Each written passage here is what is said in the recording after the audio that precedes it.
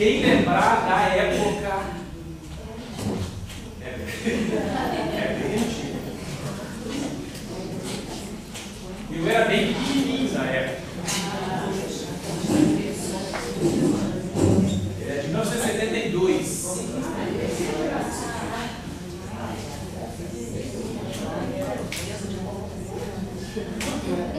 Todo mundo conhece esse quadro, conhece?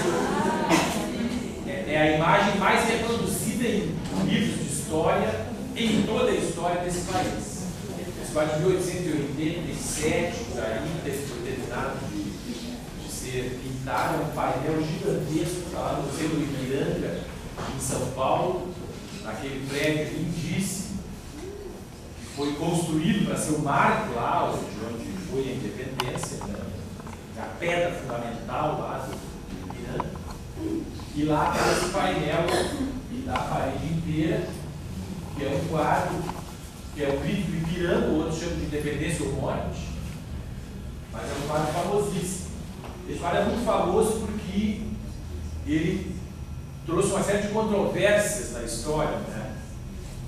E uma das controvérsias, não são controvérsias, mas uma série de questões, digamos assim. Uma delas é que o Pedro Américo escreveu um texto sobre o seu quadro. E ele explica nesse texto, o próprio Pedro Américo, ele explica nesse texto as razões pelas quais ele trocou burro por cavalo, ele afastou o rio para o outro lado. Ele explica tudo isso. Ele diz que pediram para ele, encomendaram para ele uma representação da independência. Ele precisava fazer, primeiro, uma representação que fosse comum na época, de representação de outros monarcas e tal. Segundo, ele tinha que fazer algo bonito, interessante, para ficar para a história do país. Então, ele fez alguma coisa assim. E a outra questão é que o povo não aparece no quadro. Então, por muito tempo, bom, eu aprendi independência do Brasil com esse quadro, né? A gente aprendeu com esse quadro. Por muito tempo, a independência do Brasil teria sido obra do Dom Pedro I e dos seus seguidores. Então, tratava-se de um tipo de história no qual, ou na qual, o agente era uma pessoa com qualidades absolutamente destacadas. E o povo não participava. Essa era a ideia. E a ideia, obviamente, que o quadro nos passa, porque ele está. O único povo possível que tinha aqui é esse aqui. Bom, mas por que eu mostrei esse quadro? Agora vocês vão entender.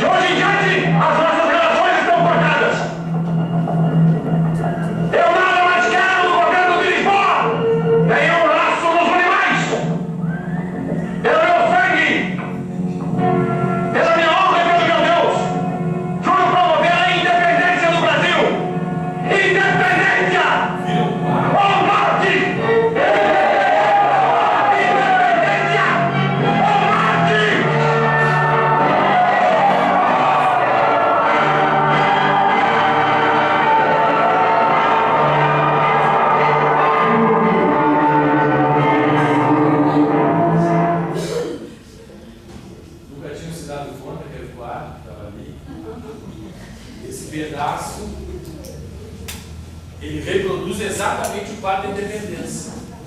E é um filme produzido em 72. Então, o que nós buscamos quando olhamos um filme desses? Nós buscamos saber sobre a independência? Sim. Mas nós buscamos algo mais, que nós não vemos diretamente, mas que nos toca e que nos constitui subjetivamente. O quê? 1972. 1972. De 1964 a 1985, o Brasil teve 21 anos de ditadura. De 70 a 74 foi o período mais escuro da ditadura. Vocês lembram a época do Mendes? A época do milagre. Esse era um país que vai para frente, ou de uma gente unida tão contente. Eu lembro, eu estudei isso, a gente marchava com essas musiquinhas. E era a época do Brasil, ânimo. Era isso. Então, em 72 foi produzido esse filme, com a Glória Menezes e o Tarcísio Meire, os dois maiores expoentes da novela da Rede Globo. Há um filme da Rede Globo, que eu acho que muitos de vocês conhecem, que é bom, que é da BBC de Londres, é um filme antigo. Eu até trouxe, mas nem vou passar, que é aquele Muito Além do Cidadão Kane. É um filme que mostra a história da Rede Globo e das implicações da Rede Globo com o poder, sobretudo com a ditadura. Mostra a história da Rede Globo até aquele famoso debate entre o Fernando Collor de Mello e o Luiz Inácio Lula da Silva, em 89. Um debate que depois, pela Rede Globo, foi recortado e apareceu só as partes ruins do Lula e as boas do Collor. Supõe-se que boa parte das razões da vitória do Collor tenha sido justamente em função desse debate. Obviamente outras razões. E esse filme, Muito Além do Cidadão Kane, conta a história obscura da Rede Globo. Então, Tarcísio Meire e Glória Menezes foram as escolhas absolutamente adequadas para fazer um filme que enaltece os valores da nação numa época de extremo nacionalismo que nós vivíamos nos anos 70. Extremo nacionalismo. Essa época já era a época da reforma de 71.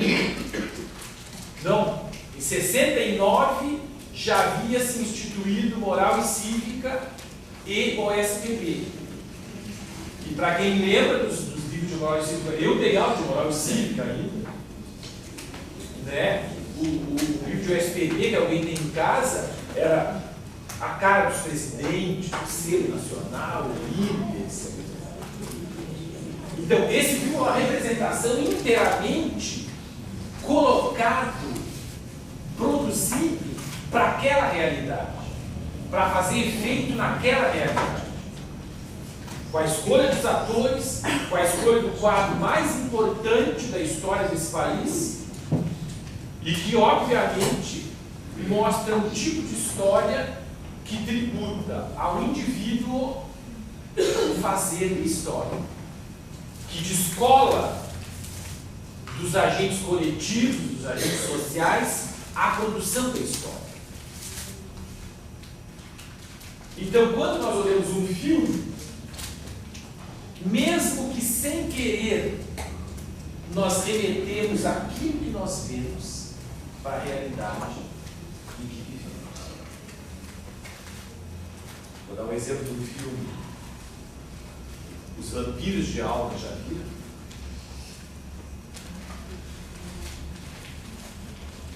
Não, é esse procurem baixar esse filme, Os Vampiros de Alma, um filme de 66. E ele é um filme, assim, ó, uma cidade pequena nos Estados Unidos começa a ser invadida por algo como se fosse ETs, mas não são ETs, entende? É que os casulos começam a nascer pessoas idênticas às pessoas que existem na cidade. E aí, quando a pessoa de verdade dorme, aquela do casulo toma o seu lugar. Com uma diferença. Aquela do casulo não tem sentimentos. Então, a grande loucura é que começaram a chamar o médico, porque as pessoas começavam a olhar para os seus pais, seus filhos, mas esse não é meu pai, isso não é meu filho. Só que a cidade inteira ficou tomada, só ficou 2 pessoas. Foi o médico e a namorada dele. Pô, tu olha esse filme, tá, o que vai ver esse filme? Há uma milha de interpretações para ele, mas eu gosto de uma que me favorece, que eu uso ela. Vou usar uma que não me favorece. Que é a época da Guerra Fria, entre os anos 50 e os anos 70, sobretudo, nos Estados Unidos, de um movimento chamado macartismo, que era um movimento de perseguição aos comunistas dos Estados Unidos, inclusive perseguiu o próprio Charlie Chaplin. Então, havia um temor gigantesco nos Estados Unidos com uma invasão comunista. Talvez até hoje os americanos tenham medo de invasão comunista. Não, hoje tem medo de invasão extraterrestre. Não se tem mais medo de invasão comunista. O cinema produziu diversos filmes assim, baratíssimos, sobre invasão comunista e depois de invasão extraterrestre. Mas a ideia é justamente pensar os comunistas tomando a vida dos americanos e tornando os americanos pessoas sem sentimentos.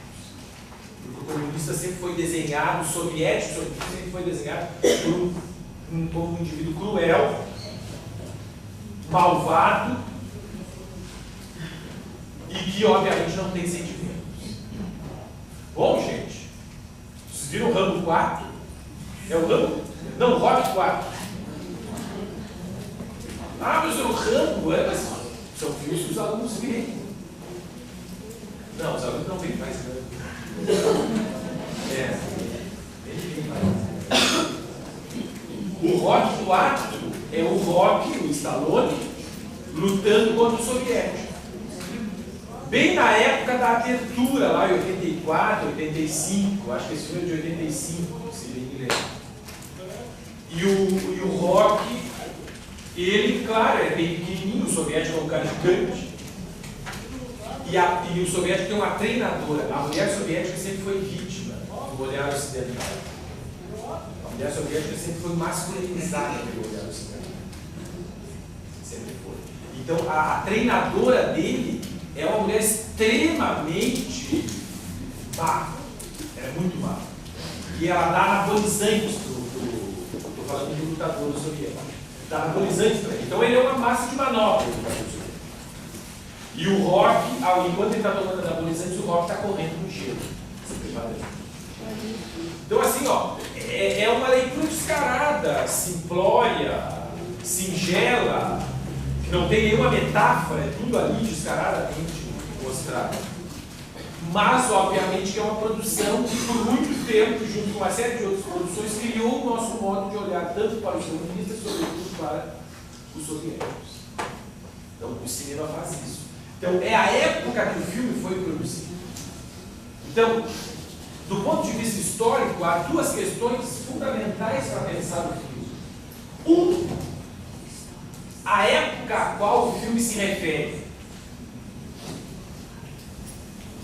Que tipo de representação sobre a Idade Média, sobre a Antiguidade, sobre o Brasil do século XIX esse filme está produzindo.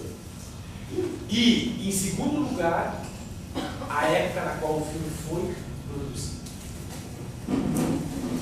E que tipo de efeito político ele produz na época na qual ele está sendo produzido e exibido.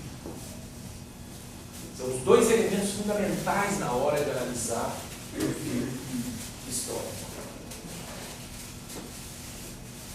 O filme tem uma duração de mais ou menos 2 horas, ele não é infinito.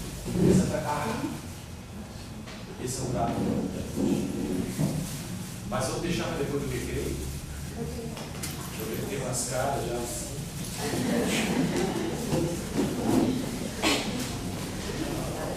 Vai ter a Padrinha de Santo Antônio. Tá, o que eu disse é que o filme não é infinito. Para isso aí. Então vamos tomar um café. Já está pronto? Não precisa. Ainda não chegou o café, mas dá para ir fazendo xixi, né? O café bem vindo. O filme não é infinito, era aí que nós tínhamos falado, mas de qualquer modo. Só gostaria de recapitular a questão central do morte.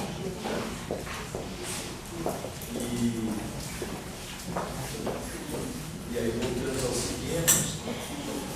Então, a questão central dos mortos é pensar o ensino de história em particular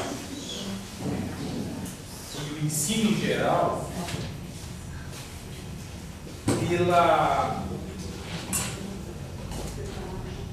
pela ótica da expressividade. A questão que nos move hoje é supor que os professores, quando enunciam as suas verdades em sala de aula, o fazem a partir de um estilo singular. E preocupar-se com o estilo é preocupar-se com o modo como ele narra a verdade que enuncia.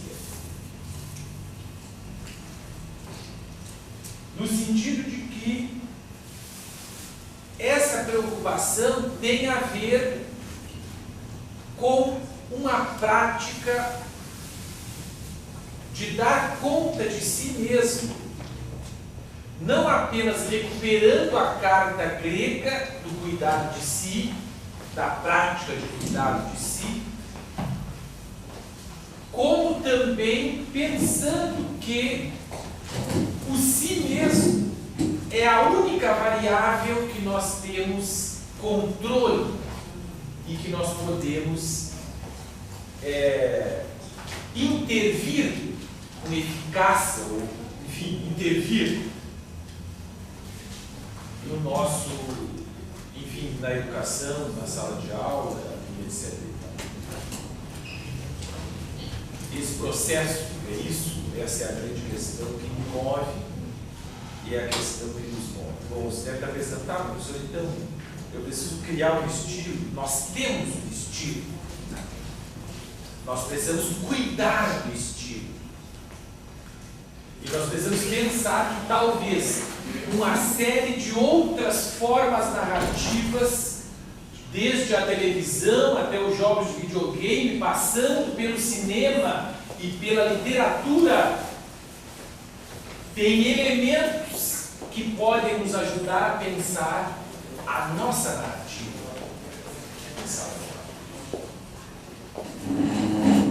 E como princípio teórico disso tudo, a ideia é que a produção da verdade não se desvincula do estilo. Não há uma verdade e um estilo separados. A produção da verdade se dá no processo mesmo de estilização daquilo que se fala, do modo como se fala, do modo como se diz.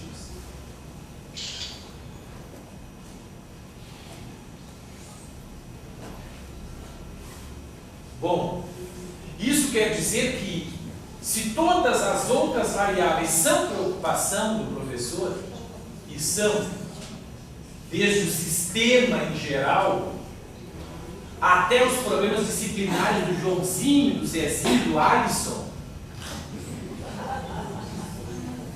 Alisson é... Alguém tem filho chamado Alisson? Pensem num Alisson para ver. Eles não têm nada de místico, gente. O Hélio.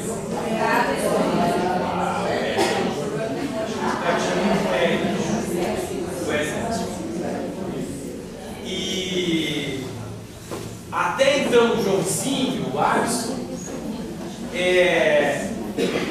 nós obviamente precisamos intervir nessas questões, mas eu não tenho qualquer dúvida que a construção de um modo narrativo para nós é uma urgência do tempo presente.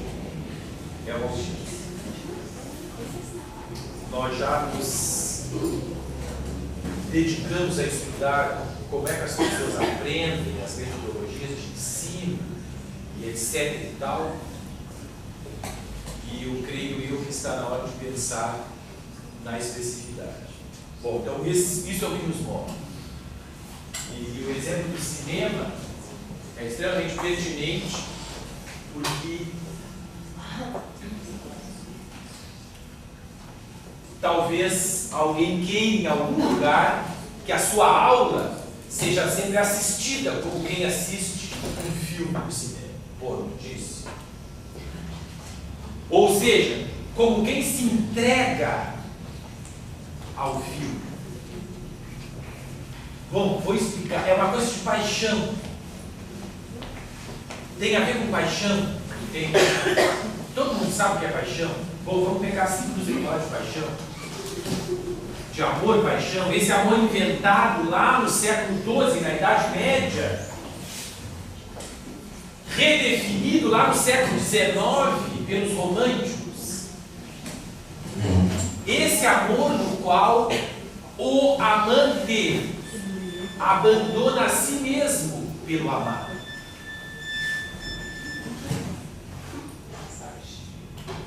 Aquele abandona a si mesmo pelo amado. O amor-paixão é aquele amor do qual o amante se anula, padece, treme também, evidentemente, suga, claro, sem dúvida, tem calafrios, mas sobretudo é quando o amante abandona a si mesmo pelo amado. Esquece de si mesmo pelo amado. Ora, quando nós esquecemos, nós aprendemos. Quando nós somos incapazes de esquecimento, não há aprendizagem. Então, eu falo da paixão porque é ela que nos faz padecer. Eu vou dar um exemplo para vocês, vocês vão entender o que eu estou falando. Vocês nunca deram uma aula, é mais fácil em palestra, mas em aula da vida. Esse exemplo. Então tá, você está dando a aula de, sei lá, logaritmo, geometria espacial. E não dá certo com geometria espacial porque ninguém sabe, então o cara jamais vai ficar. Mas você está dando uma aula de. Não, você está dando uma palestra de. Não. Um exemplo corriqueiro, precisaria de alguma coisa assim que as pessoas sabem. Tração. Hã? Tração. Não, você está dando aula de escravidão. Não, nada a ver. Não, está falando sobre. Como ficar livre? Não, é que eles também não sabem, tinha que ser uma coisa que as pessoas sabem. Escrita de texto. Escrita de texto. Tu está dando aula de escrita de texto. Não, tu está dando uma palestra de escrita de texto lá na Letras. Isso é um.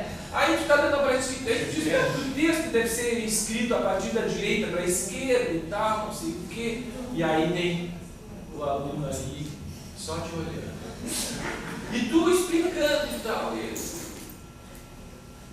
Ah, mas não é E aí, não, mas por que isso? Porque, mas não é.